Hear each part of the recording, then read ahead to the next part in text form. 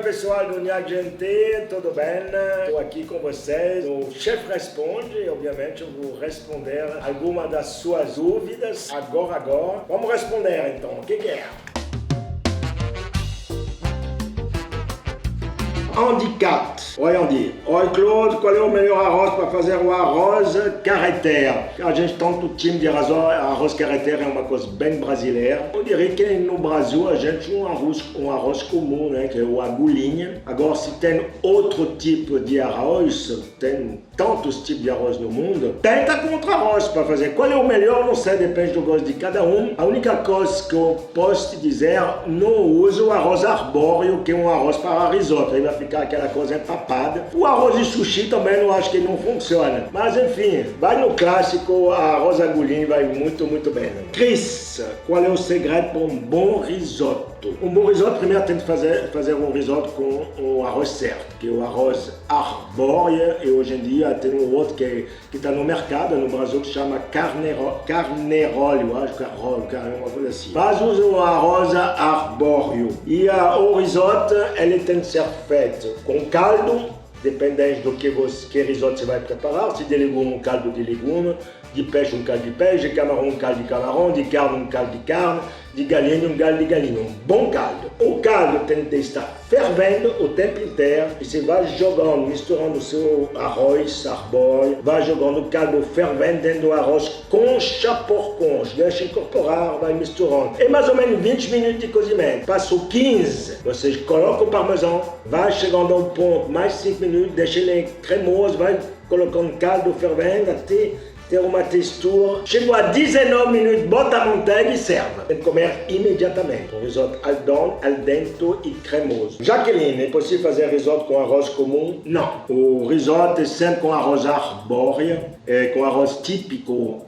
Para fazer risoto, ele solta uma fécula bem devagarzinho quando você começa a cozinhar com caldo quente. Agora, você pode fazer com arroz comum? Sim, mas vira um arroz à piemontesa, não é mais um risoto. Tem muita gente que faz aí, muitos botecos aí que vendem risoto e faz um arroz à piemontese, um arroz branco normal, onde você coloca bastante queijo, aquele molho branco que a gente chama de bechamel, e vai botando legume, botando tempero, botando o que você quiser, e vai dar uma liga. Tem essa textura do risoto cremoso e com queijo derretido, mas não é um risoto. Kátia, como fazer para que o ovo do carbonara não cozinhe? Eu não cozinhar, né?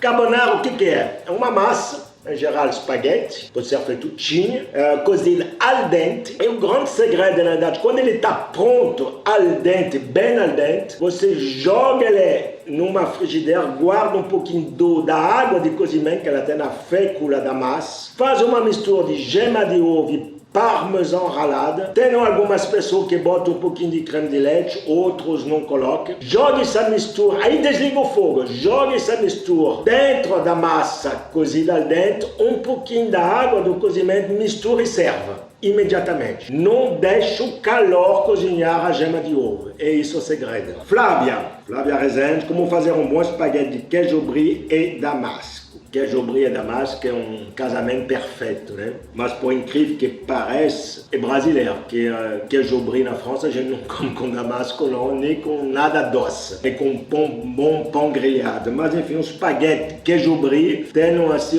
só de falar, espaguete italiano, queijo brie francês e damasco seco, eu diria árabe. Então tem uma mistura aí de cultura enorme. Espaguete al dente, sempre. Cozinha na água fervendo, com sal, um certo tempo. Vai provando que ele está bem durinho. Retira. Guarda a água do cozimento. Isso é muito importante. Joga espaguete numa panela, pode ser com azeite ou com manteiga. E aí que é o grande negócio. Aí você coloca o brie nesse momento, o espaguete está duro ainda. O brie, sem a pele ou com a pele, como você quiser. O damasco cortadinho, vai. Parmesão, é muito importante o parmesão. E aí molha com aquela água do cozimento. Vai dar uma liga. Vai misturando, demora 3, 4 minutos, vai tudo se juntando, você vai ver, e come. Aí, na verdade, o que acontece? O espaguete continua cozinhando com o queijo, com aquela água que está aí botando gotas por gotas. É uma maravilha. Michel, oi Michel, boa tarde. Gostaria de saber como se faz o verdadeiro fondue de queijo. Beijo e obrigado. Beijo para você também, Michel.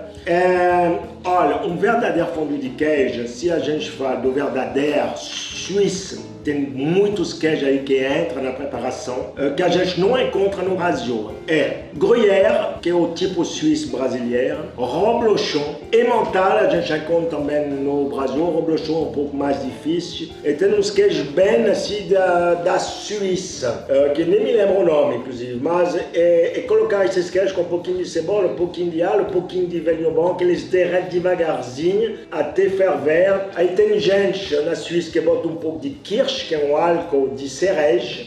Isso não sei se encontra no Brasil, mas pode botar cachaça durante para estar tudo bem. Algumas pessoas colocam um pouquinho de fécula de milho, só para dar uma liga final. Enfim, no Brasil você usa queijo tipo suíço, Emmental, Reblochon se encontrar, não encontrou Reblochon, pode botar queijo brie ou queijo camembert e vai fazer basicamente a mesma coisa. Vinho blanc, derrete o queijo, dá uma liguinha com fécula de milho, bota um pouquinho de cachaça e tá tudo uma maravilha. Ou então, mais fácil, comprar ele pronto, né? Fondue de queijo aí no supermercado, não é isso que falta, não. Thaís, o que fazer para o soufflé não desmoronar depois que sai do forno? Aí, Thaís, não tem como. O que é um soufflé?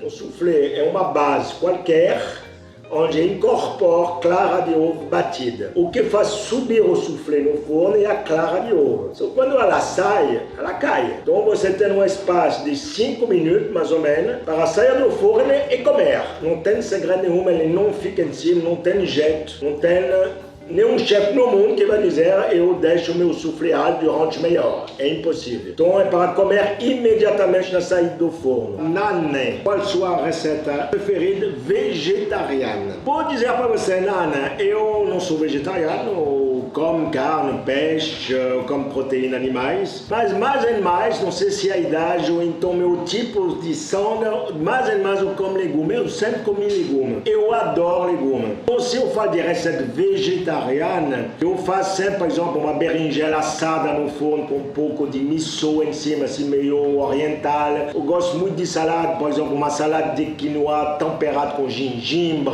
bastante limão, azeite. Eu não gosto muito de alho e cebola cru dentro de uma salada. Enfim, uma abobrinha recheada com algum tipo de queijo, porque vegetariano a gente pode comer queijo. Enfim, tem tanta coisa linda, incrível e gostosa para fazer com legumes, que realmente tem um leque assim, de receitas enorme. Mas eu gosto muito assim de coisa temperada meio oriental. Claude, você também, disse a Patrícia, Claude, você também acha que os furos do pudim são um erro? Vamos lá, vamos com calma, tá? Tecnicamente falando, para um grande chefe de cozinha profissional, sim, os furos no pudim são um erro técnico. Vamos lá, gente, tá? O pudim tá bom, então come com furo ou sem furo, não tem problema nenhum, tá? Em casa, então, agora, por que tem furo? É porque o calor do forno estava um pouco mais alto. Eu aconselho cozinhar o pudim em banho-maria, com um papel jornal no tabuleiro, para as bolhas da fervura não subir. É isso que faz buraco, na realidade, no pudim. Então, calor bem baixinho, longo tempo, 1 hora e 20, dependendo do tamanho do pudim. Abaixa a temperatura, 140 graus, 150 graus, e ele vai cozinhar devagarzinho, sem nenhuma bolha. Agora, pudim, no Brasil é diferente do pudim da França, tá? O pudim do Brasil a gente bota aquele leite condensado, que ajuda bastante. Na França não tem leite condensado, não, ok? Se inscreve no canal, bota o seu like e compartilha. Muito obrigado, gente. Tchau.